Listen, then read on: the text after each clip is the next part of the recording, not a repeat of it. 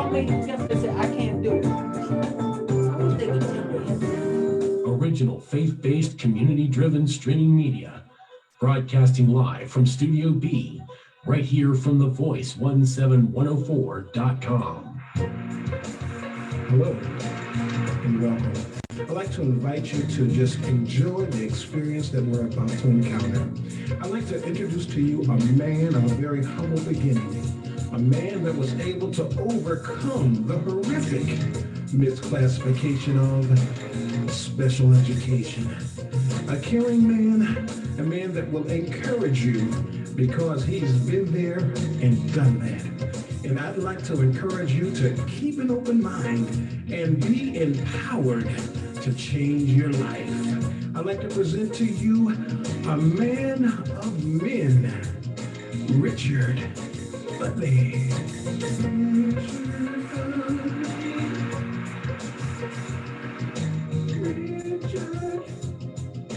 Richard Utley. Welcome to Did You Know? Podcast, your host, Richard Utley, dedicated to the African American viewers. The program is aimed to celebrate African American culture and deal with the real and relevant topics that impact the everyday lives of the African American community through frank and insightful dialogue with local and national influencers. Every day, there is another horrible, discouraging news story, directly or indirectly, impacting African Americans. But we need to look at the shining stars in the galaxy of Black America. It is time to tell our story. Oh, mercy, mercy me. Oh, things ain't what they. Hello, hello, hello, hello. And welcome to another Did You Know? Well, Black history is now in the history books, but I hope that we don't stop telling our story, because Black history is not just 1 month in the shortest month in the calendar year. So I hope that we take this whole month, but continue to tell this story 365 days a year, because we got a long, long, long journey to tell about our story. And as I've often said to you many times, if we don't tell our story, then who is going to tell our story for us? And that's why I have this program, because I've said to you before, I think that we should be the ones to define who we are. Too often we see things on TV, or people see things on TV that pertain to us, and they really believe that we're like that. Many of us have been stopped by the police. Many of y'all have been followed in the stores. Many of us, including myself, have walked places and seen people clutch their pocketbook. Why did they do that? Because that's what they were told to do. Movies have given them that impression that we are not always up above the law. So that's why I think it's so important that we start to define ourselves much more. So I'm going to encourage that.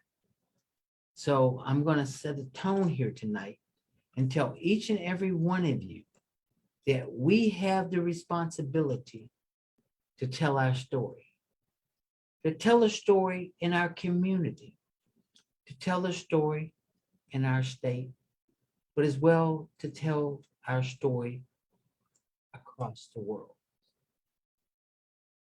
And I think it's so important, especially now, as you look at our country, and whether you look at it from the red, or you look at it from the blue, or you look at it from the progressives, or you look at it from the conservatives. Think about this. We're mixed in all of it. There's some people of color that are conservatives. There's some people of color that are progressives. So we are balanced all over, because unfortunately, we've all been defined as one. And I get upset sometimes when I hear people say this person is my leader, or this person is my leader, like one person defines us all.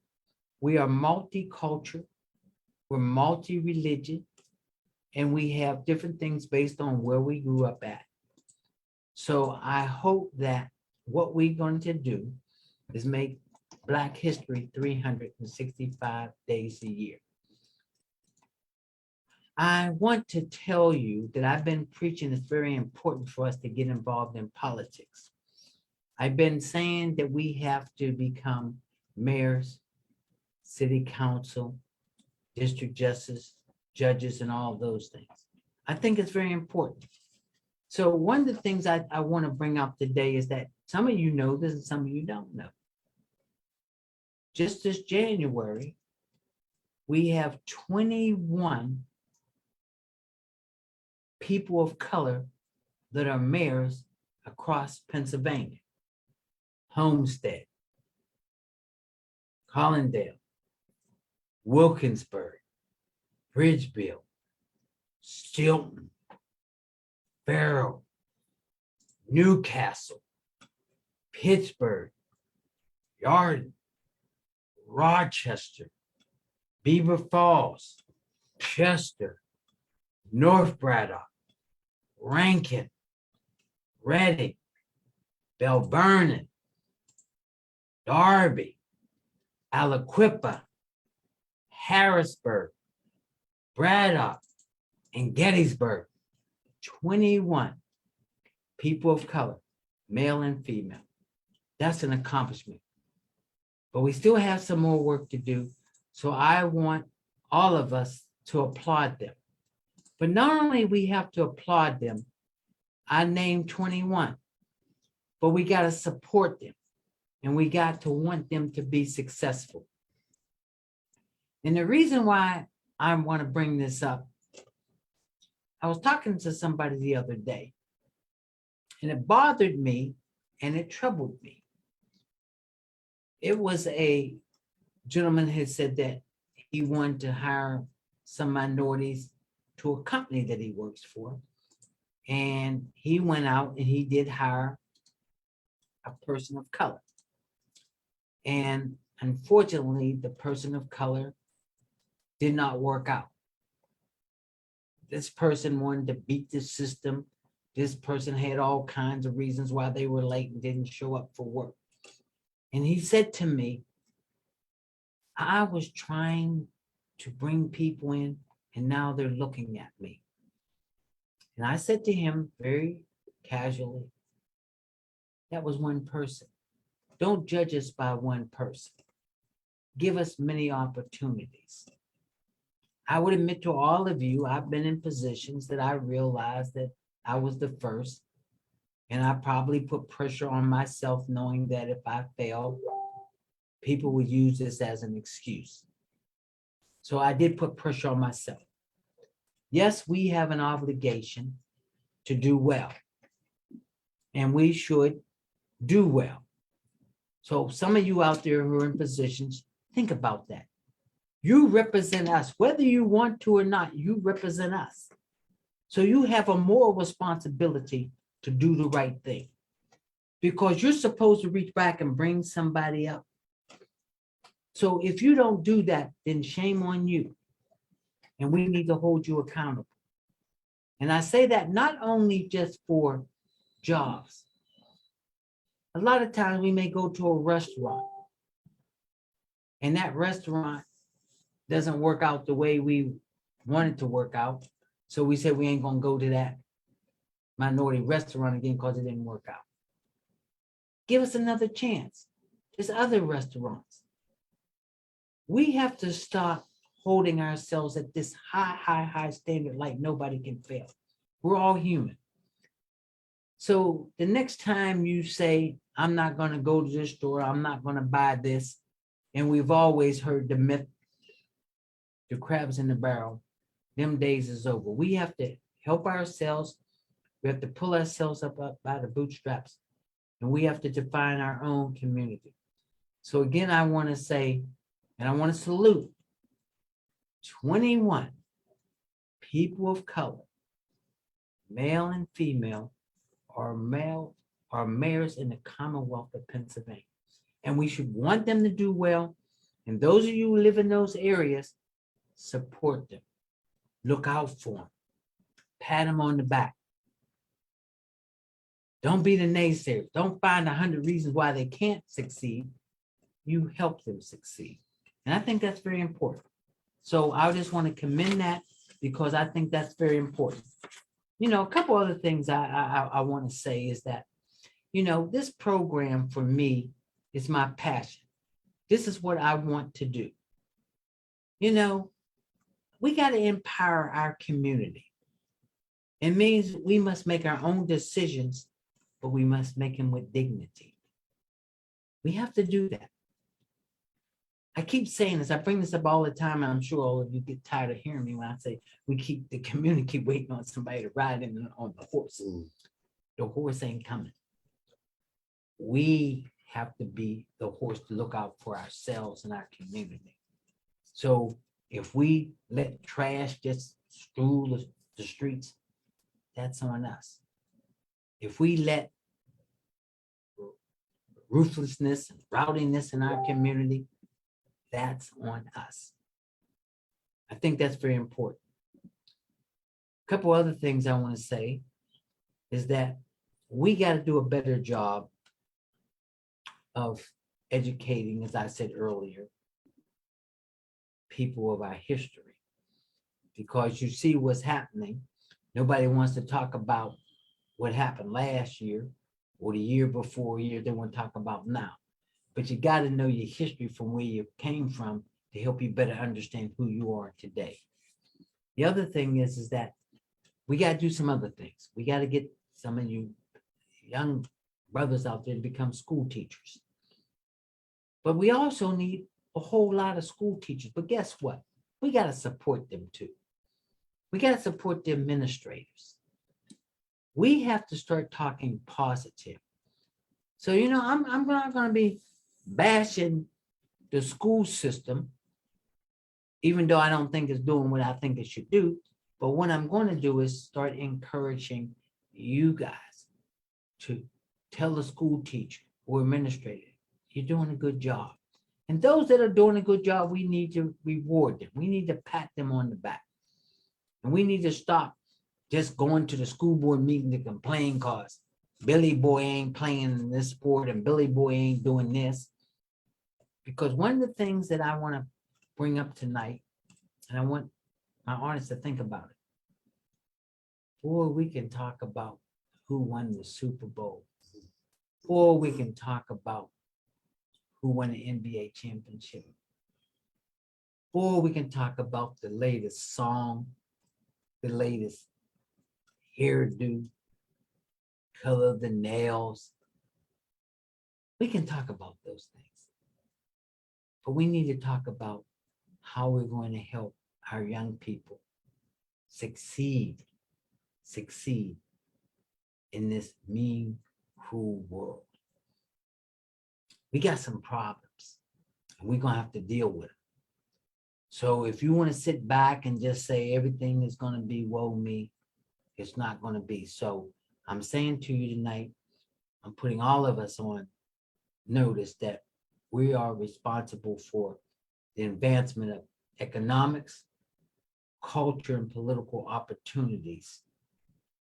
We're responsible for them. And we want to talk about, you want to tell young people that they should look beyond division, become entrepreneurs.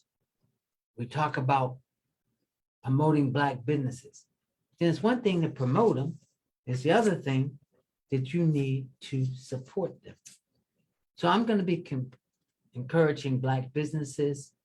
I'm going to be encouraging that we need to get involved in education and helping our young people to be respectful, but we need to be respectful for them.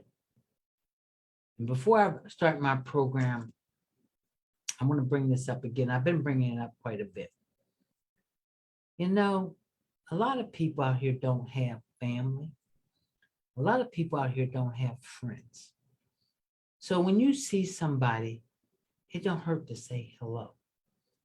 We got a lot of senior citizens that's been locked up for a year and a half, 2 years because of COVID. And we can't forget about them. And a lot of them are used to going to church, socializing in church because that's what was very important. And since they couldn't go, and a lot of them are not on Zoom, sometimes they may think somebody forgot about them. So I want you all to reach out to someone and say, hello, how are you doing? We owe this to ourselves. I'm going to close with something that happened this week to me before I bring my guest on. You know, there's a lot of people out there that we just assume everything's okay. Whether they're in prison, whether they're in a nursing home, whether they're homeless, or whether we act like they don't exist. There's a lot of human beings out there that just need someone to say hello to them, that somebody cares about them, even if it's just for a couple seconds. So I just want to leave you before I bring my guest on, is that I'm going to try to do a better job as myself, is to be positive, because that's what we need. We have enough naysayers. We need to give young people a beacon of light. I think we owe it to them. I think we got to reach back. And if you really want to be real, you really want to be honest, think about what you've gone through. Think about the people behind you, what they went through. So I'm going to close with that, with happy Black History Month, but we got to keep it going on. And we got to continue to tell our story, but we got to continue to tell the positive, the survivors, those who did so much for us. If they didn't, we would not be here. So thank you. Well, tonight, what am I going to do on my program? Well, let me tell you what I decided. You know, I believe in having this program and showing people how different people got to where they got to. Because sometimes we think they just got there from a wand. So tonight, I made a decision that even though I'm on this program, and a lot of you tune into this program, a lot of you want to know the voice 1704, and you don't know who behind the scenes. So I decided to bring on Reverend Chris Thomas, who is the person that makes this happen. He's the one that I wouldn't be on here if he wouldn't sit back behind here.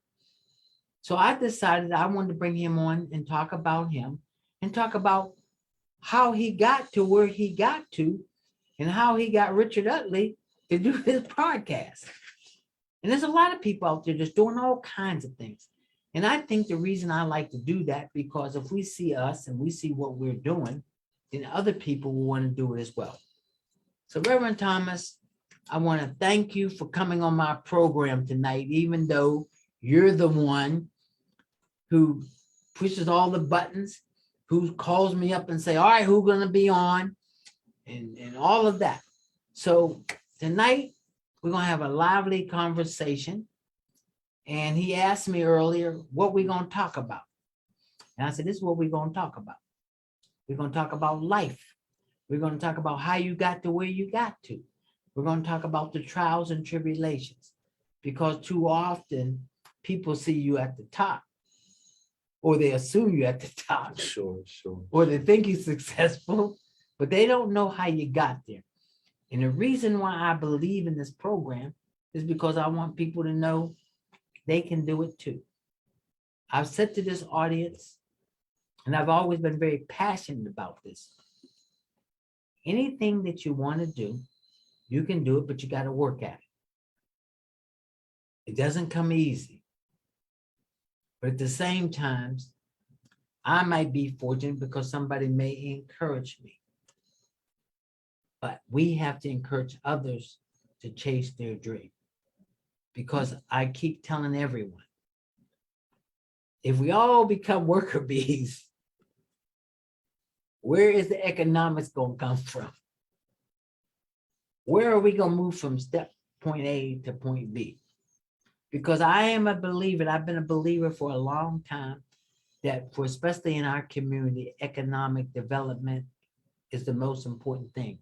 Hiring some people that look like us so that we can go out and help grow and develop our community. And I don't want anybody to get confused by that.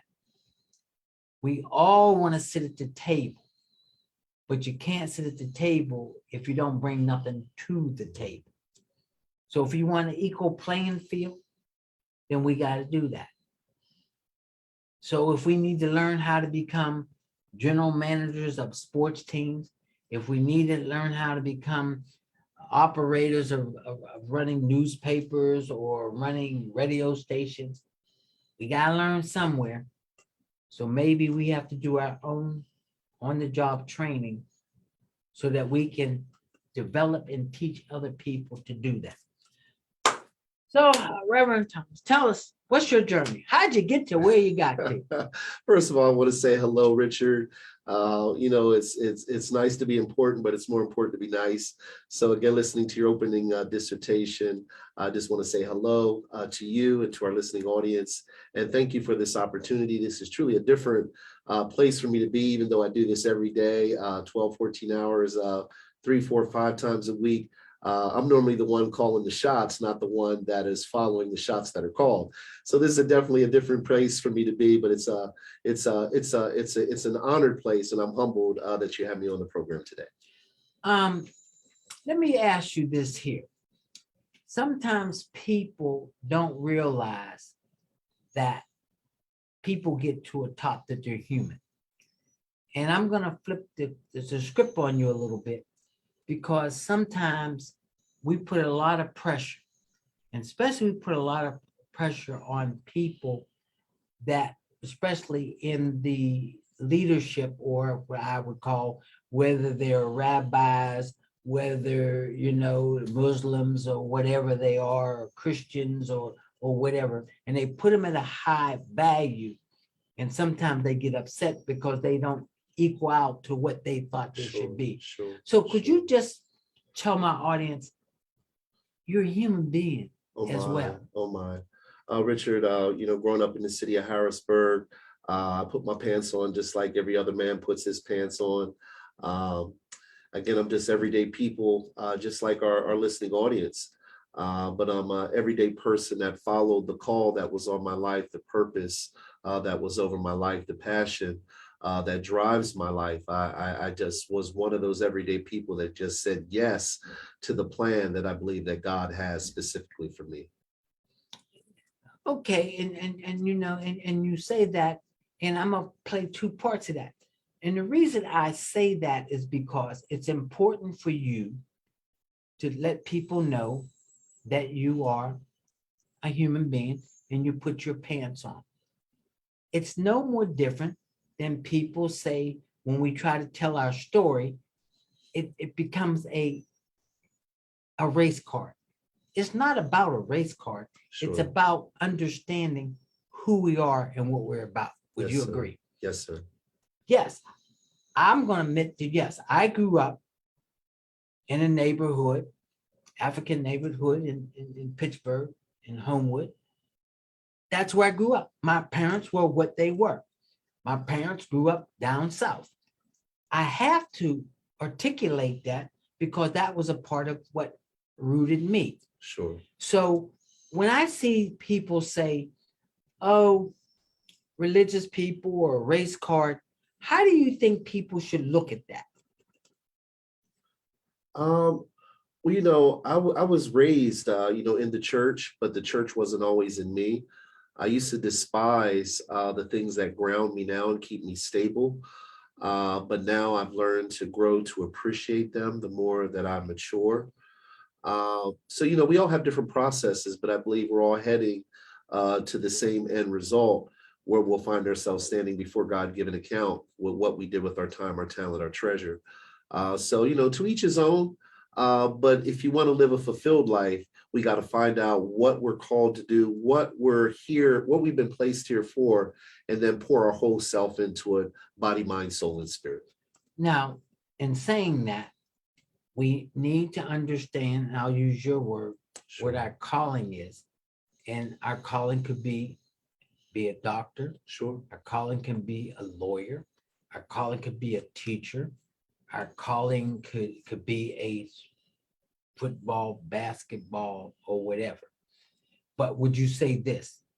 The most important thing is this: whatever we decide to be the best at it. Oh, that's good. That's good. That's so very good. And we all have a lane where we're leaders in. Everyone was born. I was listening to Miles Monroe, and he was talking about leadership and some of the important principles of leadership. And he was saying everyone, despite a popular opinion, was born to lead and be great at something. But it's so important to find the lane that we're to be great in, and then stay in that lane where we're great.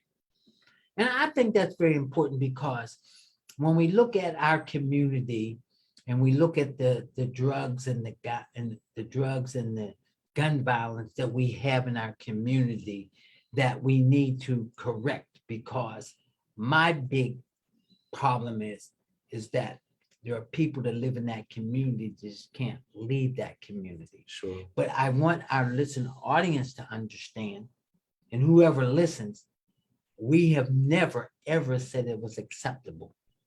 And sometimes I think people get confused. They think we accept it. We don't always accept it.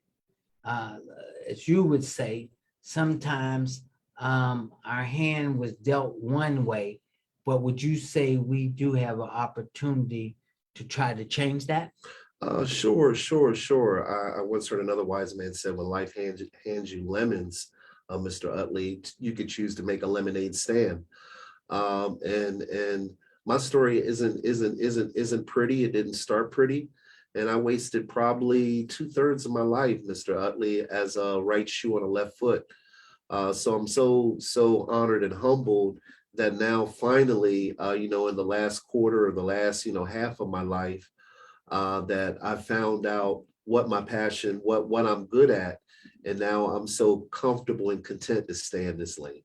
And I think that's very important, because I think sometimes people forget we were young and we grew up. Some grew up better than others. Sure. Everybody's had some twists and turns in their past, whether they want to admit it or not. Nobody's perfect. I don't know of anybody that's perfect that walks on this earth. I don't know anybody.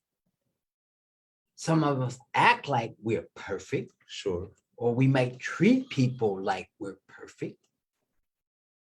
But I think it's important, if we really be real, that we have to look at each other and say, nobody's perfect and we've all zigged and zagged, but it's okay, because we understood it, and the object is not to zig and zag anymore. If you understand you're doing something and you need to correct it, then you need to correct it. In saying all that, I'm going to shift real quickly to a couple other things. People tell me that sometimes that the church was a foundation, especially when I was growing up, in the African American or in the Black community. Sure. And we don't have that pillar like we used to have it. So I'd like you to comment on it. But before you comment on it, I want to put something in perspective to the listening audience. Think about it, audience. Way, way, way back, where did we have an opportunity to gather as a group of people? It was either in church or a social organization.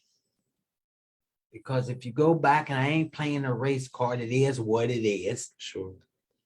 When this country was segregated, we had to be among ourselves. We couldn't go everywhere.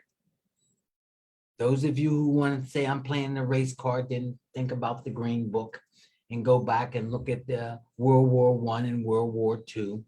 And I don't have to tell you any more about that. And those of you who act like you don't know about World War I and World War II, which I could understand, then some of you, I want you to go back to the Vietnam War. And I want you to look at who was the bulk of the casualties in the Vietnam War. I'm not going to talk about it, but I want you to understand, to put all this in perspective. We need to learn to put those things in perspective. As I said earlier on, you know, I understand the famine in Ireland and all those. We all had some issues. Everybody's had some issues. Nobody's been perfect.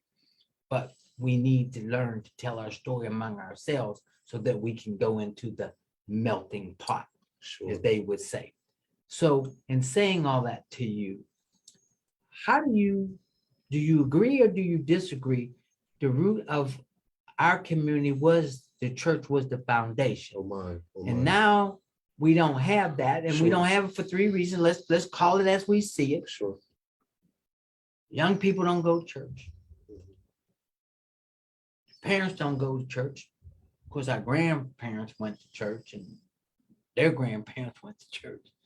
And I would admit, we all went to church, whether we wanted to or not, because that's what we had to do. Sure. I'm not saying, but that's the way it was. Sure. How do you see, three questions I'm asking you. How do you see where we are with the church, how we can reconnect to the church?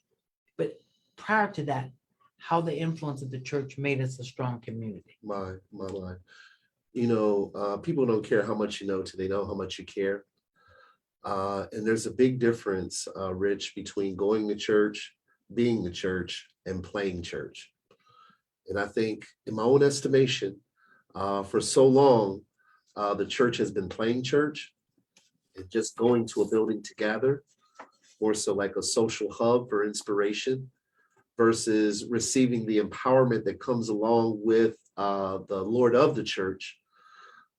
So I think we've lost a generation. I believe, in my own estimation, Rich, there's a whole generation that feels that church is no longer an essential in our community. You know, when the pandemic first hit, one of the first things they closed down as a non-essential was the local church buildings, which should have been one of the main things that remain open, with the hospitals and, having police, policing our streets. So I think until we return to a place of being the church, which means walking out the truth we know versus lording the truth that we know over people, people will continue to lose faith in, quote unquote, the church or the people that attend the building. Okay. What would you say that drove you to being who you are? Even though you kind of said it, what gave you the passion to say, I'm going to start the Voice 17104? Oh my. If I could say it in long story short, in a four-letter word, Rich, not a colorful metaphor, I would say pain, Rich. Pain of being that right shoe on the left foot. Pain of building other people's dreams when I know I had dreams and passions and goals and aspirations inside of me. I once heard someone say, if we don't build our own dreams, someone else will hire you to build theirs and then pay you what they believe you're worth. And let me tell you a quick story, Rich, if I can. Sure. One of my last secular jobs, I'm going to have to save their name, or I'm going to have to send them an invoice for the promotion here on the platform.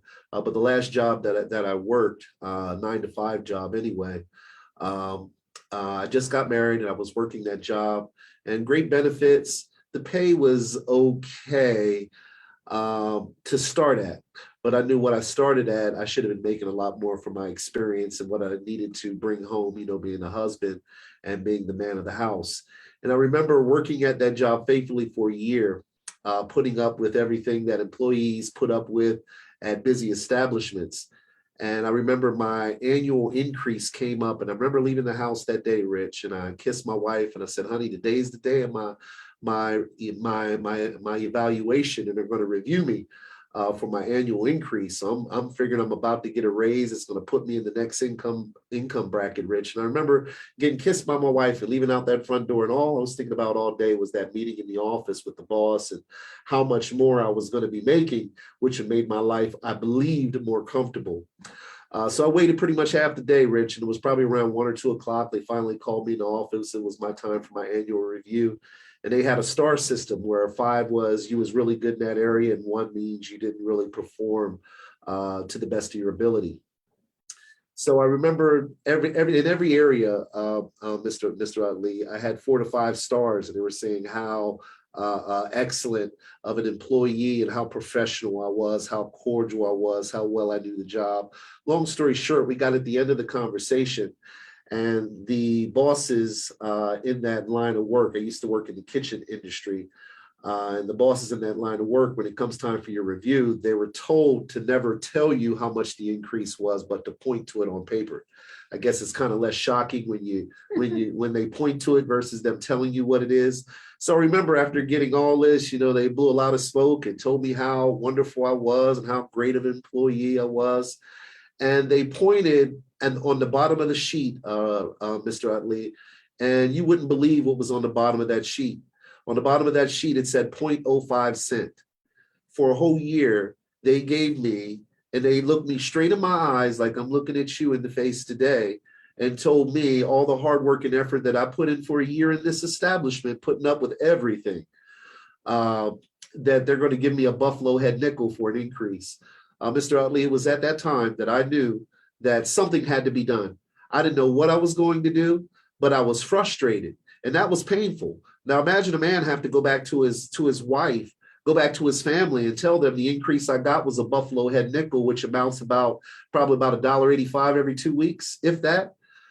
So Rich, I was very frustrated at that point. So I think that pain and that frustration made me to resort back to the manufacturer, the one who manufactured me, and ask him, what is it that I need to be doing in this season to bring what I need to bring home to make my family comfortable as a man and as a husband? The story you just told, I would have to say that's probably half my audience have experienced that.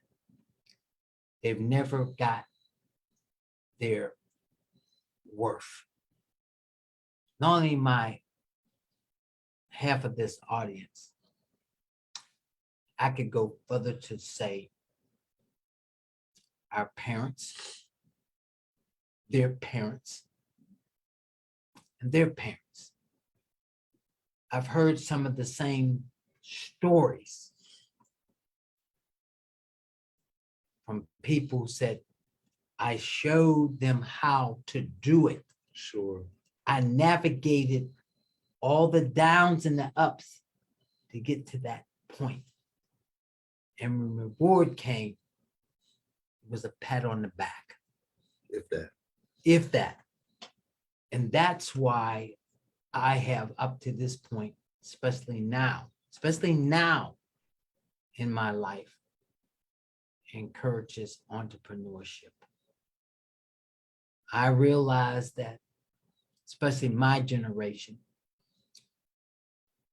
that I was told, most of us were told, to go and whether you got a job in a steel mill, or whether you went to college and got a job and you'd be there for 20 years, 25 years, and you would get a pension and a watch, and you were dedicated and you were loyal. It was all said and done. It didn't always end up that way for people. People didn't get watches.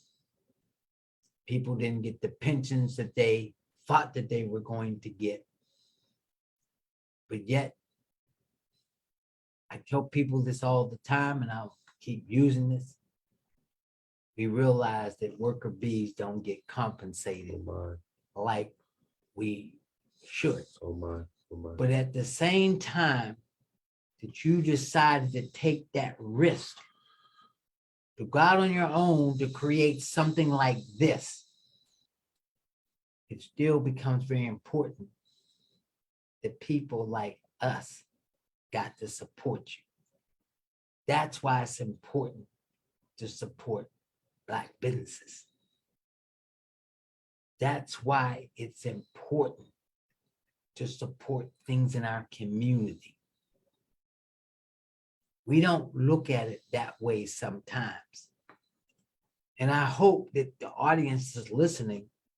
I'm sure many of you, whether you've been a teacher and you taught and you did well, and you saw somebody else get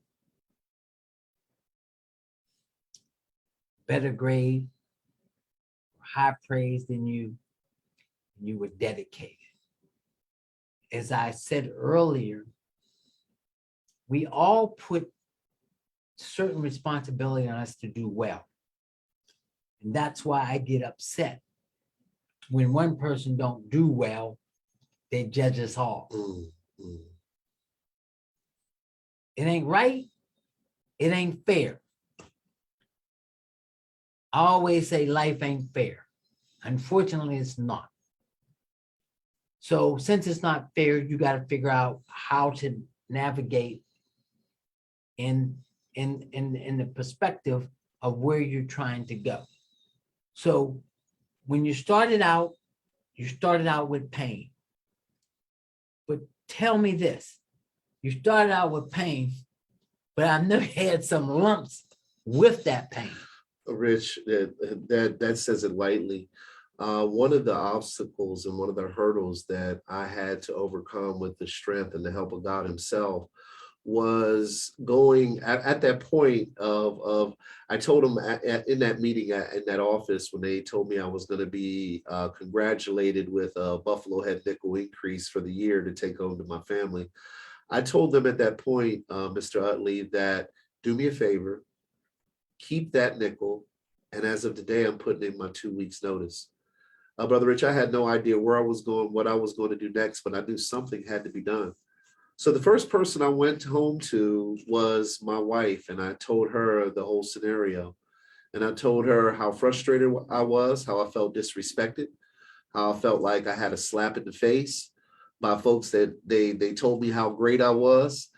They told me how great of a job I did and how wonderful of an asset I was, to their organization, to their company, only to dishonor me by offering me that Buffalo Head nickel. So I went home to my wife and told my wife what happened.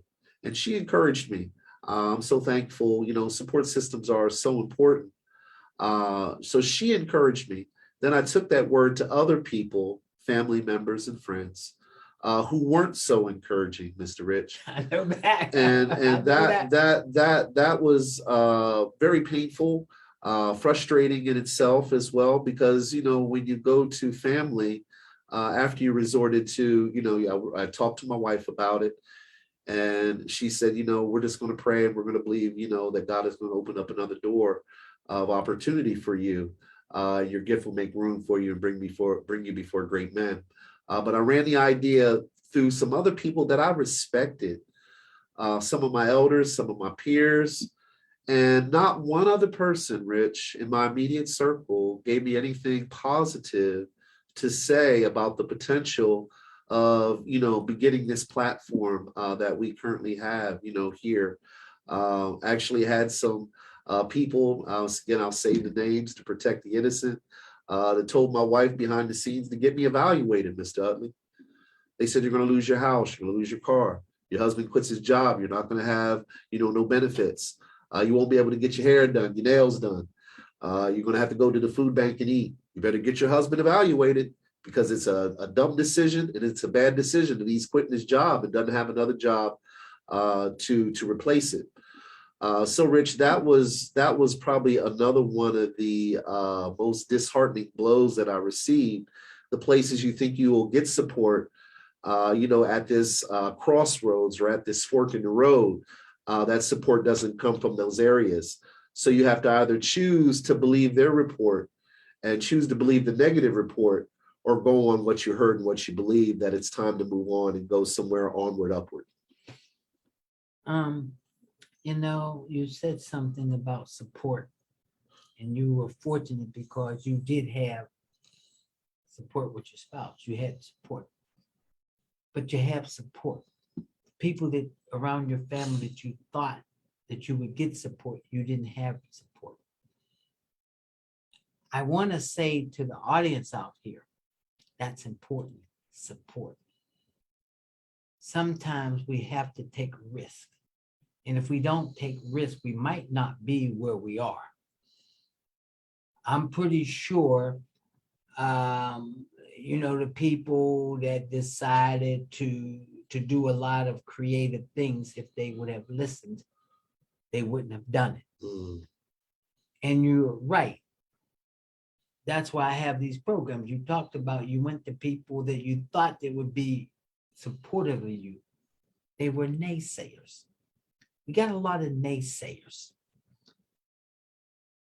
I have been very fortunate because I've had people that have supported what I was willing to do. But I will say this. I made the decision of some of the things that I wanted to do, and I did them. But this is what you have to do. You gotta believe, and you gotta believe in yourself. When nobody else is around, when you're in a room by yourself, or you're driving down the street, as you said, and you pulled over and you asked yourself, am I crazy? You realize that your worth was more than 5 cents. All the loyalty, all the things that you put in. And the story that you're telling now is what's going on in America now. Oh my, sure. The things that you're saying today that happened back then, it's happening today. But it's the big picture. Not just you. All of a sudden, dishwashers, restaurant workers, whoever, truck drivers, people that work in whatever kind of jobs, even professional jobs, doctors, lawyers, scientists saying, what? I deserve a little bit more money. I don't have to take what you just gave me. Ladies and gentlemen, think about this. Let's go back just a little while. Just go back for it. Just think what my parents, I said my parents, talking about your parents, our grandfathers and grandmoms, go way back.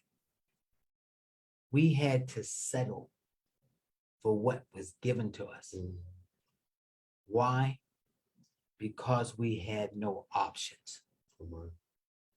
But today, Oh my. we got options. We got options that we can be anything that we want to be now. I was watching a program last night. I did not know the first, we know everybody talks about the Tuskegee Airmen. I didn't know it was an African-American woman who was the first person that flew the plane. Way, way, way back. She had to go to France to learn how to fly the plane, and she had to learn how to speak French to be successful. But she chased her dream when everybody told her not to. We talk about Tuskegee Airmen who wanted to fly for one of the airlines, and they wouldn't hire him. He kept saying, even though he's the most qualified. And then one time he filled out the application. They used to put a picture on. He didn't put a picture on. And he sent it, and they called him in. Interviewed 6 people. Hired 5, but not him. Why? Because of the color of his skin. Now that sounds crazy, and we don't want to talk about those things, and I understand we don't want to talk about them. But this person continued to fight. And he went to the Supreme Court, and guess what? He won. But we ain't going to talk about all those years that he ended up being a dishwasher, doing menial task jobs, even though the man was qualified to fly a plane. Okay. We talk about HBC schools, historical Black colleges. You know why we have historical Black colleges, right? Because we couldn't go nowhere else. See, let's deal with it. We couldn't go nowhere else. But now we have opportunities and we have to take those opportunities and make them work. So yeah, there was excuses before, and there's still some, I will say there's still some hurdles out there. But we can't put burdens on ourselves. So we have to learn to read, learn to write, but at the same time, we have to have vision and we have to encourage. So saying what you said, what would you tell an average person who is wavering on the fence about, should I chase my dream? Well, again, that goes back to the statement of the wise man that said, we either build our dream or someone else will hire us to build theirs. My mother used to say, until the pain to change becomes greater than the pain to remain the same, that you'll remain the same. So it's going to hurt to stay where you are, but it's going to hurt. It's going to hurt. It's going to take some diligent effort. You're going to have to be intentional. You may have to walk alone sometimes, but you're going to have to dig down deep for that strength to be able to make a change and to go against the grain. I would say that what you said is that you have to have strength, you have to have perseverance, and you have to believe. You have to believe in you, but at the same time, it comes from inside. And you hope that the foundation that you developed will help you get there along the way. And I'll use this word because I think it's very important. Tell me the importance of spirituality. Oh my. Spirituality is that unseen fuel. It's that unseen pipeline that where you can't, there is a God that can. There's someone greater, someone stronger. What comes to mind, and I don't want to get preachy or anything like that. Please be yourself. I want you to be yourself. Sure. You know, sometimes people get offended when you do that, saying that's all you have. Well, that's all I have, and that's what's got me. Be yourself. That's what I want you to do. I want you to talk about you and where you are and how you are. Sure. Well, Jeremiah, it says, I know the plans, and it's God talking. He's actually talking to Israel, but it also is very applicable, you know, to our own specific lives as well. And I know the plans that I have for you, and they're good plans. They're plans to prosper you. They're plans to give you hope, and they're plans to bring you to an expected end. So despite of this imperfect world, we live in an imperfect world, and there's a lot of things, you know, that won't change this side of heaven. We can fight and we can rally and we can march. And I know people don't want to hear that. But as long as we're in an imperfect world, it doesn't, I don't want to get too deep into that. But as long as we're in an imperfect world, there's going to be injustices around the world. But there is a God that's greater than any injustice, or there's a God that's greater than any pain or any misfortune that we can experience that could give us beauty for our ashes. But we got to come to him. You know, humility, it kicks in when we understand that I'm not the master of my own destiny.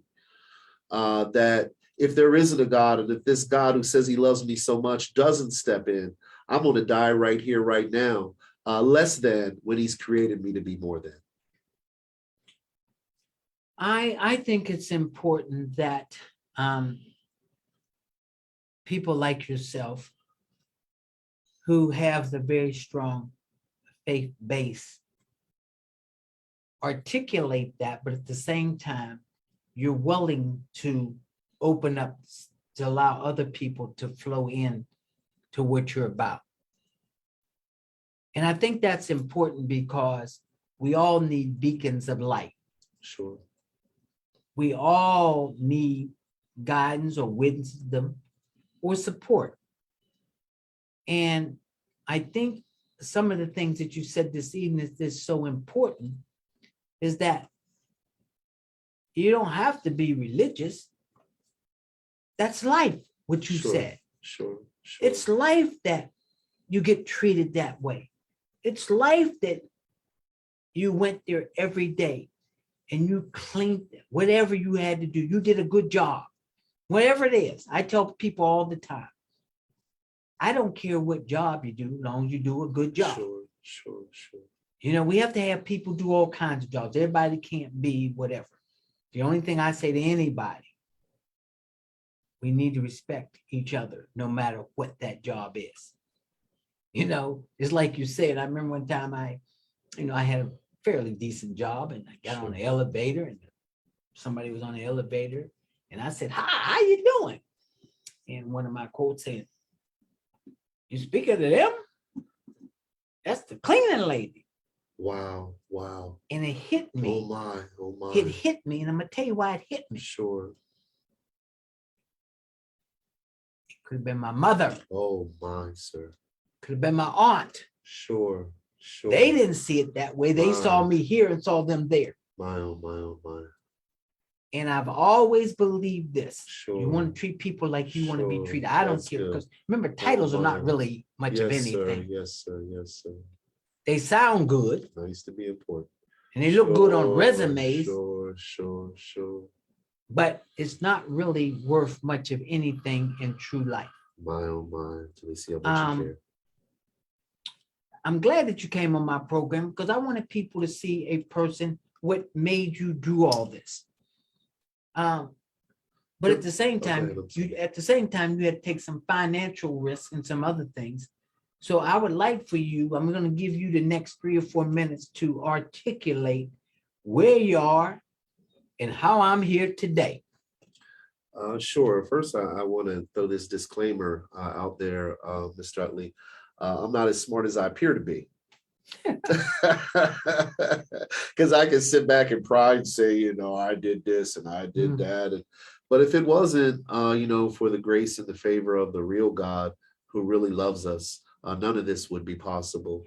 And we skipped some steps to the story. I always had a fascination with radio when I was younger.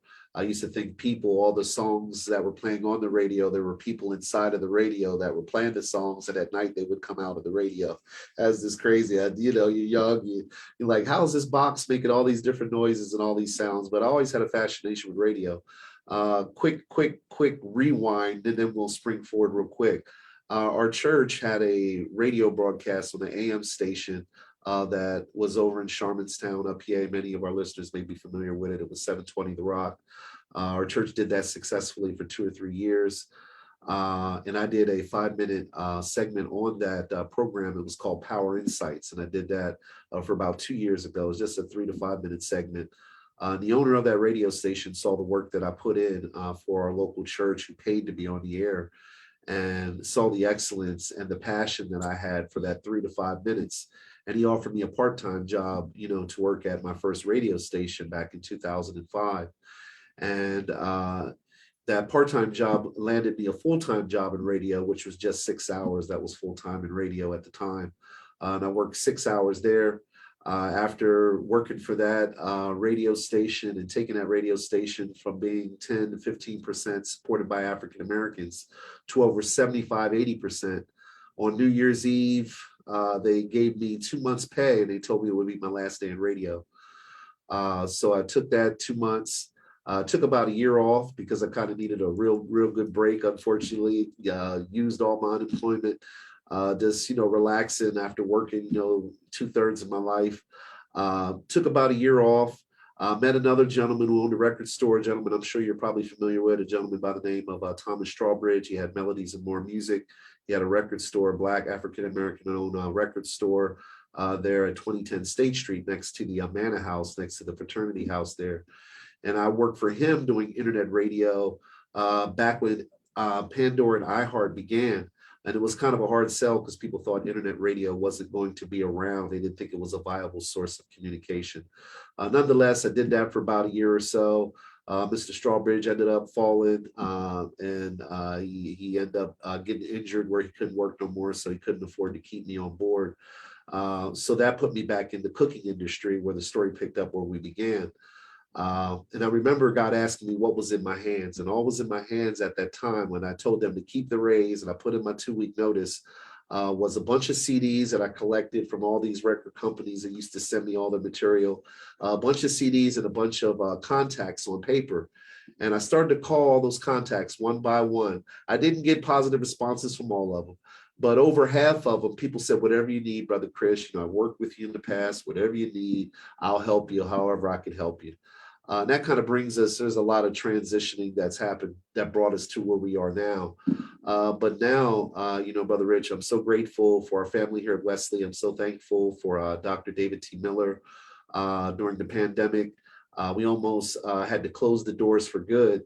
We were under a leasing agreement, ended up being a subleasing agreement, and our rent went from $200 to like $1,000 a month. And Mr. Dr. Miller said he had some space in his basement that we were welcome to look at. And that brings us kind of where we're at, today. And that was in 2019. So actually you were a guest, I believe, on Dr. Nate Gadsden, Correct. who was one of our first supporters.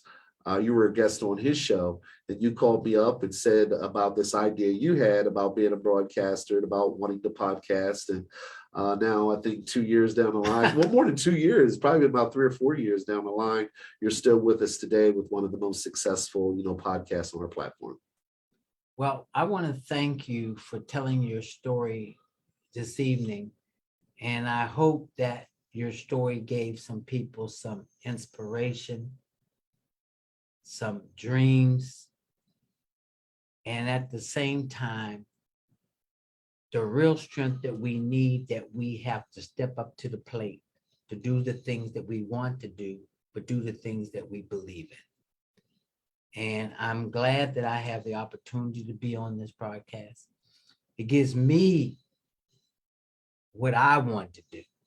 I wanted to find who we are, and I want to say what I want to say when I want to say it. And the only way I can do that is pay to be on this broadcast. So thank you again. I hope, audience, that you learned something tonight. I hope that, I'm sure a lot of things he said, he was talking about you. So when you get off this podcast tonight, just go in there and look in the mirror and say, boy, that sure sounded like me. So have a good evening. And before I leave, don't forget to say hi to people. Say hi to the senior citizens. Say hi to the young people. Let's be a positive, raw group. And let's stop walking around like we want to beat up everybody, because we're a lovable people. That's the way we were brought up, and that's the way we were taught. So I'll leave you with that tonight. Have a good evening. As I said, 21 mayors across the state of Pennsylvania. We're growing, and we're going to keep growing. Thank you. Have a good evening. Thank you for joining the Richard Utley Show on The Voice 17104. We will be here on The Voice 17104 every first and third Tuesday from 6:30 p.m. to 7:30 p.m. Once again, thanks for viewing. Remember to visit us on Facebook at Richard Utley, and we welcome your questions and or comments. This is gospel recording artist J. Nicole Jones. And That wasn't bad, man. No, sir. Thank you so much You for thought it was going to be bad. The Voice 104. I told you, come on, you figured it out.